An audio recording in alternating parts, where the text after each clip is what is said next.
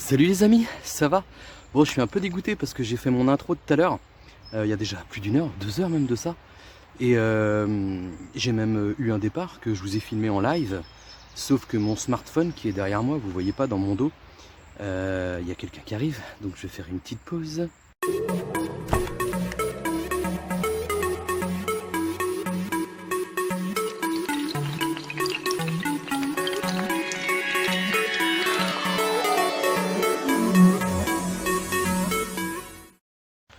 Donc le smartphone qui est dans mon dos là, qui filme les cannes, qui a chopé le départ en live, qui a chopé la deuxième touche qui pour moi était une carte mais qui s'est décrochée voilà, après avoir tiré un mètre de fil. Tout ça j'ai perdu. Alors heureusement que j'avais fait ma séquence de présentation du poisson avec mon smartphone perso, voilà, et que j'ai un petit peu d'image à la GoPro, parce que là je suis un peu dégoûté. Donc j'espère que ça va pas se reproduire. Sinon ça veut dire que mon smartphone de pêche, il est cuit quoi. Voilà, en même temps il filme en permanence pendant des heures et des heures et des heures, depuis des jours et des jours et des jours, donc voilà. Mais bon, je vous avais expliqué plein de trucs en fait, comment j'ai fait ma bouillette ici, tout ça, donc je vous refais tout maintenant. Donc ici, on est sur le bord de la rivière, ça fait à peu près 5 mois la dernière fois que je suis venu ici. J'avais envie de revenir, je me suis décidé hier, j'avais roulé des bouillettes au préalable, sans savoir où j'allais aller. Et puis hier, je vadrouillais un peu, puis je me suis dit, allez, je vais revenir là, on verra bien. J'avais 2 kilos de bouillettes, 1 kilo pour l'amorçage et 1 kilo pour la pêche. Donc je suis venu, j'ai étalé 1 kilo devant moi là, et donc je pêche dessus, voilà. Donc ces bouillettes, ces fameuses petites bouillettes que vous voyez là, que je peux vous montrer de près là, voilà, je peux même vous en sortir une ou deux. Voilà, que vous voyez là. Donc ces bouillettes, elles sont composées à 90% de nourriture pour pigeons broyée tamisée. Donc des graines pour pigeons broyées tamisées. Je vous mets une petite photo.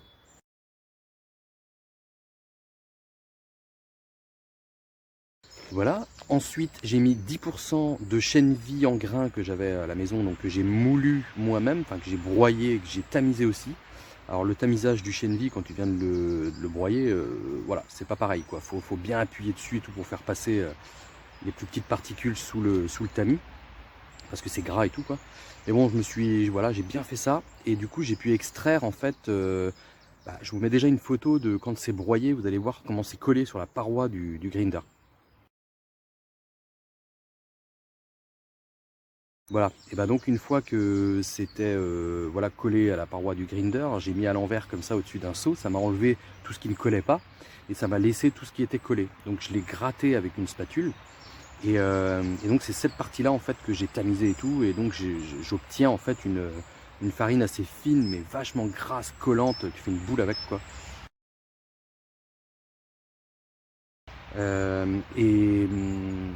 C'est tout pour les farines. Et ce que j'ai fait, c'est qu'après j'ai mis mes œufs. Et donc cette farine, je l'ai mélangée, comme elle est très grasse et très huileuse, je l'ai mélangée en fait, je l'ai mixée, je l'ai passé mon petit robot là, comment on appelle ça, un mixeur, ouais. Un mixeur, le fouet voilà, électrique, avec les œufs et la farine de chènevis que j'avais moulu, pour que l'huile en fait se mélange bien, voilà, avec la base liquide après quoi.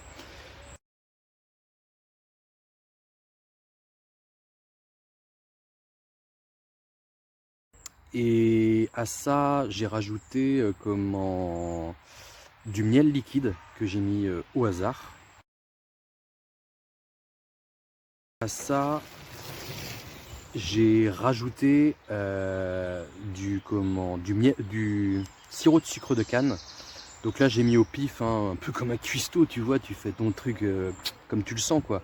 Mais si vous voulez une proportion, je dirais que vous pouvez mettre entre 5 et 10 cuillères à soupe au kilo, c'est pas dérangeant. Par contre, après, j'ai fait la bêtise de mettre 10 œufs pour le kilo. Je pense avec les bases liquides que j'ai rajoutées, il vaut mieux descendre un petit peu, voilà. Donc c'est passé, mais c'était un peu un peu limite collant un peu la pâte quoi. Mais voilà, parce que j'avais trop d'eau, c'est tout. Ouais. J'ai rajouté aussi un petit peu de graines canaries. Voilà, alors ça c'est parce que j'en avais acheté et puis je me suis dit allez je vais mettre ça pour vous faire plaisir parce qu'il y en a plein qui me demandent pour la granulométrie, mais en soi franchement pour réduire les coûts en plus, quand on broie et qu'on tamise les graines pour pigeons, il reste en fait plein de petits morceaux de graines plus grosses quoi. Donc c'est bien de l'extraire avant pour pouvoir contrôler ensuite ta granulométrie, c'est-à-dire rajouter ce que tu as envie. Et là, je pense qu'à l'avenir, une fois que j'aurai plus de graines pour canaries, j'en rachèterai pas. Je mettrai justement ce restant de, même comme le chêne-vie, j'ai jeté une partie que j'aurais pu mettre en stick ou machin, mais bon, j'ai jeté une partie plus grosse, plus grossière. Tout ça, ça pourrait être réincorporé dans le mix à raison de, on va dire, 50 grammes au kilo, voilà, juste pour aérer un peu le mix si on a envie, quoi. Et j'ai rajouté aussi, oui j'ai oublié de le dire, mon sweetener. Le sweetener, donc eau de vie de pomme, arôme mûr de chez Energy Bets, un petit peu d'eau, et du NHDC pur en poudre de chez Cook Carb Concept. J'avais mélangé tout ça. Si vous voulez le dosage exact, parce que moi je fais un peu one again, hein, mais j'avais quand même fait un dosage que j'explique dans la vidéo Les Mix de Joe.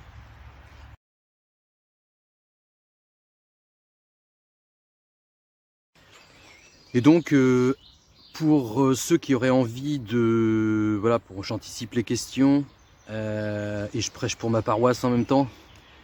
Si vous cherchez le grinder que j'utilise, vous avez le lien en description de la vidéo. Et puis vous pouvez, c'est sur AliExpress. Et à chaque fois que vous achetez un truc par mes liens qui sont dans la description de vidéo, je touche une petite commission. Ça vous coûte pas plus cher, mais moi je touche une petite commission. C'est comme un parrainage. Donc j'ai pas mis de produits que je n'aime pas dedans hein, pour faire du fric. Hein. Non, non, c'est que des produits que j'utilise et que j'aime bien.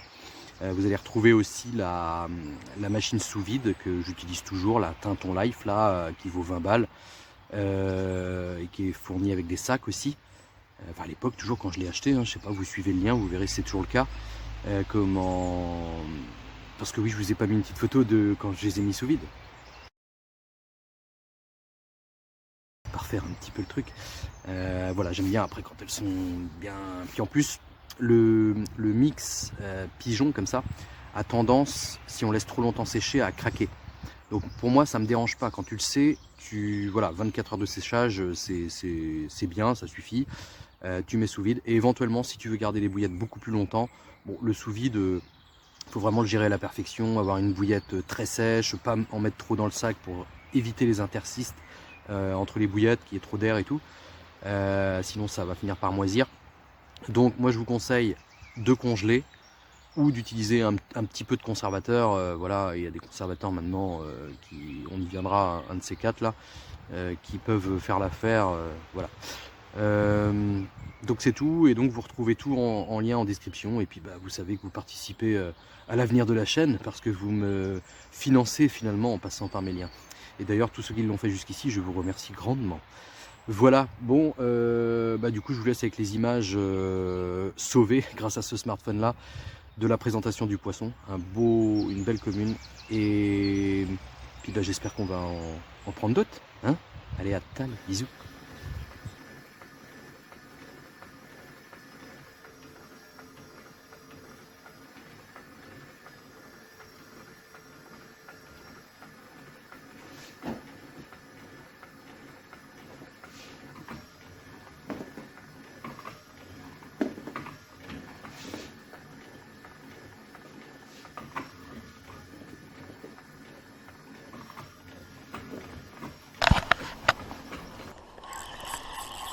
Oh, elle a décollé celle-là.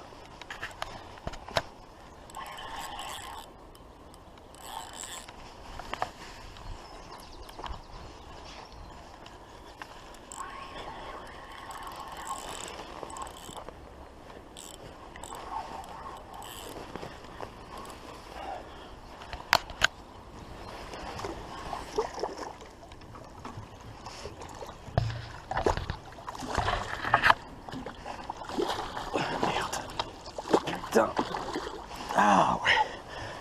Oh yes. Bon bah voilà les amis, j'ai pas regardé l'heure. Il doit être à peine 8 h. Une belle commune à vous présenter qui m'a fait un départ, bah, vous avez vu. Ouais, c'est une belle commune. C'est une belle commune. Elle est bien dodue, bien longue, avec une bouche bien dure de rivière. Ah, ça fait plaisir. Ça fait vraiment plaisir. Un poisson de un peu plus d'11,5 kg. J'espère que vous n'avez pas de l'eau là. Un peu plus d'11,5 kg. Et je sais pas. Ça me semble être une femelle, je vois pas de laitance. Oh, elle est bien large.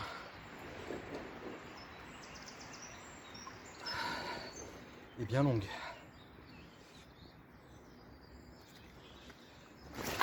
Un petit doublé de 15 mm posé au fond. Petite chaussette avec, machin, faut que je vous montre ça. Bon, on reste toujours dans le classique quoi. Allez, on va aller la remettre à l'eau. Et espérer en faire une autre, il reste du temps. Hein. Oh yeah. Cool.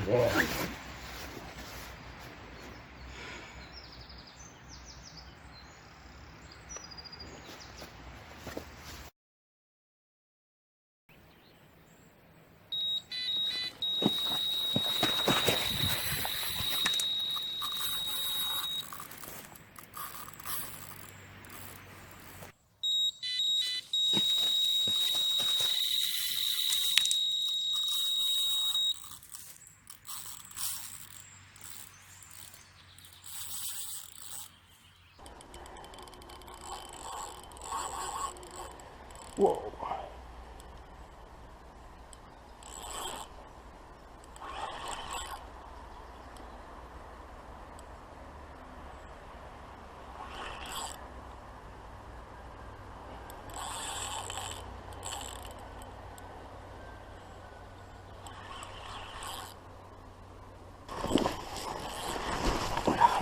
Voilà.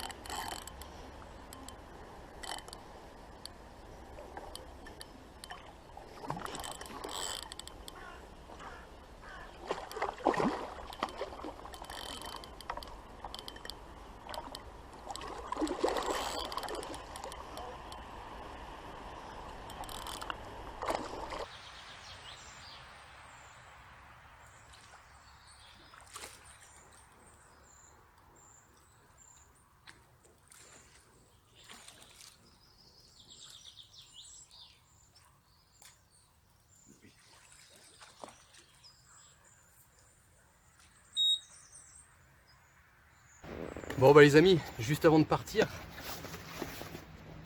elle est pas grosse mais Lyon, je pensais qu'elle était bien plus grosse que ça vu comment elle s'est battue.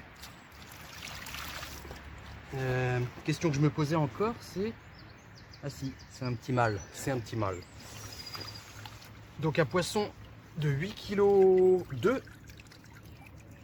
Belle commune encore.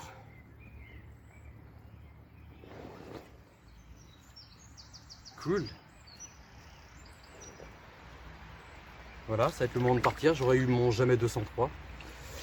Il est midi là. Je vais aller la remettre à l'eau et puis voilà. Je suis trop content. Parce qu'elles ont fait des combats. Celle-là. Le rush. Super cool. Vraiment super cool. Des poissons de toute beauté. De toute beauté. Hein ma belle? C'est vous venez de C'est le une pêcher? carte. Ouais. Attendez, est-ce que je suis en train de filmer? Bah voilà, impeccable.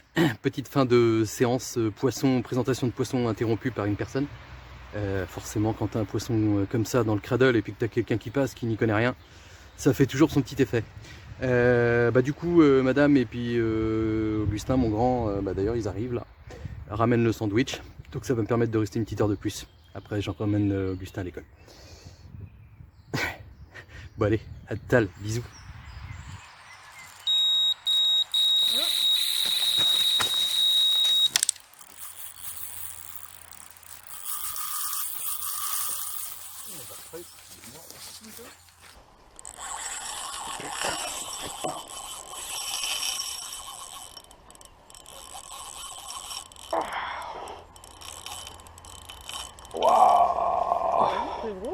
Bah là, elle est balèze. Enfin, elle est balèze, elle est forte en tout cas. Ah, elle est carrément sur le bord là-haut. Ah, c'est un figure, c'est une carte. C'est une carpe, bah, je pense. Mais en tout cas. Ouais.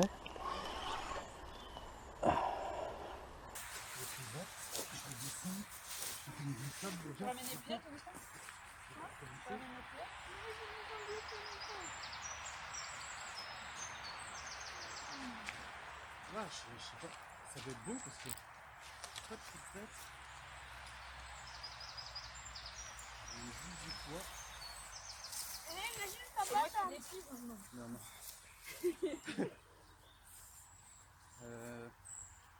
Donne par le manche, donne par le manche. Merci.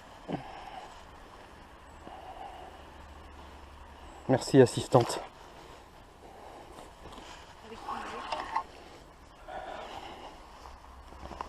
Oula. Pas que je tombe, ouais. Enfin, après, il n'y a pas trop de fond sur le bord. Mais ça mouillerait les pieds. Ah, dis donc, elle sonde, hein. Elle est en surface. Elle est en surface, mais elle joue vraiment de son poids. Et elles ont mangé du lion, parce que dis donc, la puissance.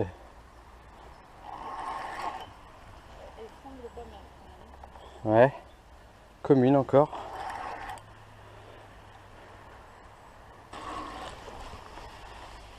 Et viens ma belle. Oh yeah. Oh, j'ai du bol, elle est pas ressortie. Bon, et bien, re. Heureusement que madame et Augustin sont venus apporter le sandwich parce que un poisson d'une force, il m'a fait un combat. Regarde, il n'y a pas de l'eau parce que un combat dantesque, mais en toute en puissance. Wow. Magnifique poisson. D'un petit 14 kg, pas tout à fait 14.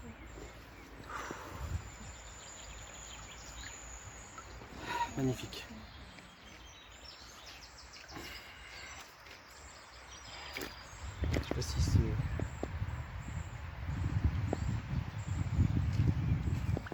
Et c'est également un mâle.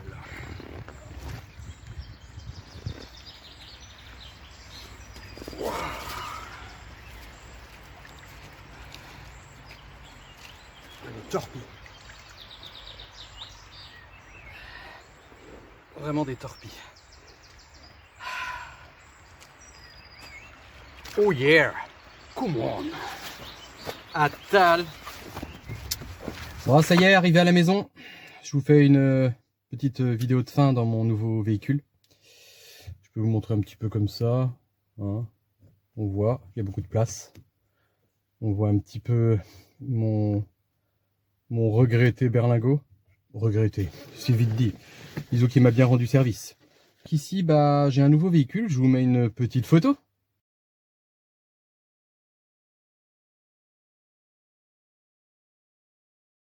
C'est un Ford Transit Custom. Il est rallongé, cabine approfondie, on appelle ça, ou disons L2, mais H1 en hauteur pour pouvoir passer sous les barrières.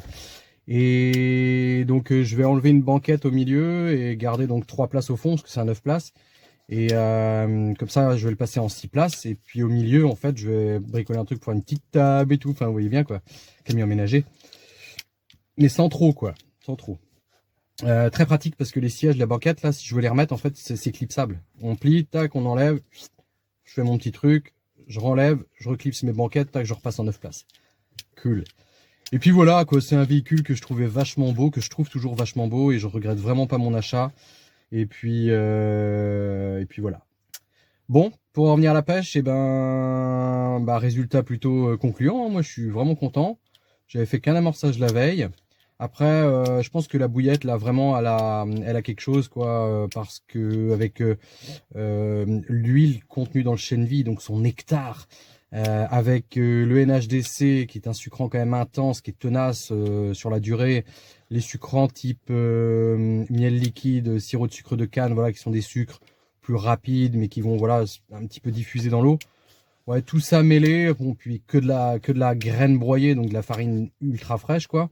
Voilà, c'est pas une bouillette sophistiquée, mais c'est une bouillette assurément fraîche, quoi. Et donc vraiment, j'aime vraiment cette bouillette. J'étais très confiant en pêchant avec celle-ci. Et voilà, je pense que je vais rester un petit peu sur cette recette-là parce que on peut s'éparpiller trop, hein, autre chose à faire. Puis j'ai pas toujours le temps de rouler, donc voilà. Bon, après c'est assez rapide, heureusement pour moi, je suis équipé, donc bon. Et puis sinon, je vous dis peut-être à mercredi prochain, en tout cas dans une prochaine vidéo bientôt.